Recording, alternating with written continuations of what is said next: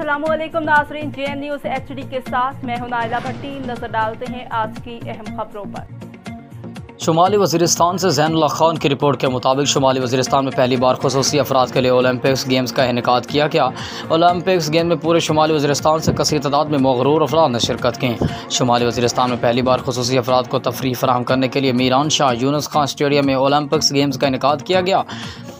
पाक फ़ौज की जानिब से मुनक्कद ओलंपिक्स गेम्स में फ़ुटबॉल, क्रिकेट, रस्साकशी, बैडमिंटन और दीगर कई मुकाबले मुनक्कद हुए। इस खुसूसी ओलंपिक गेम्स में पूरे शुमाली वज़ीरिस्तान से सैकड़ों खुसूसी अफराद शरीक रहे।